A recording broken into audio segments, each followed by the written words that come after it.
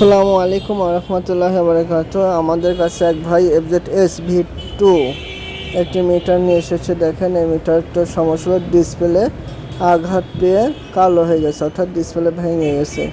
তো এই ডিসপ্লেটা এখন আমি খুলে নতুন ডিসপ্লেটি সেট আপ দিব। আমার সঙ্গে থাকুন, দেখুন আমি কীভাবে এই মিটারটা আবার আগের মতো নতুন করে ফেলে দিই। তো এরকম মিটার যে কোনো সমস্যার জন্য আমার কাছে আসতে হয়। যে আমাদের কাছে একবার অরিজিনাল ডিসপ্লে নতুন আর একটা হলো পুরাতন। এই ডিসপ্লেটা এখন আমি এখানে সেট আপ দেবো। মাদারবোর্ডটা আমি খুলে ফেলে দিয়েছি, ডিসপ্লে কাজ শুরু করে দিয়েছি অলরেডিতে। দেখতে থাকুন, একবার নতুনের মতো হয়ে যাবে। একবার অন্য কন্ডিশনে অরিজিনাল ডিসপ্লে আমি দিয়ে থাকি।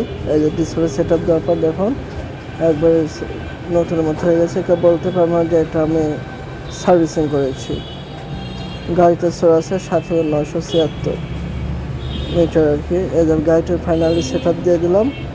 আপনি যদি দেখা একবার নতুনের মতো হয়ে গেছে। তো এরকম যে কোনো সমস্যা যে কোনো মিটারের জন্য মাদারবোর্ড থেকে শুরু করে A to Z কাজের জন্য আমার সাথে যোগাযোগ করতে পারেন স্ক্রিনে দেওয়া নিম্ন ঠিকানায়। Arab digital meter servicing centre, Natore Sadar থানা পশ্চিম পাশে, কানাখালী, নাটোরে। তো এরকম সমস্যার জন্য আমাদের সাথে যোগাযোগ করতে হবে। এছাড়াও ডিসপ্লে ভাঙা কেসিনও পাওয়া যাবে আমার কাছে অরিজিনাল।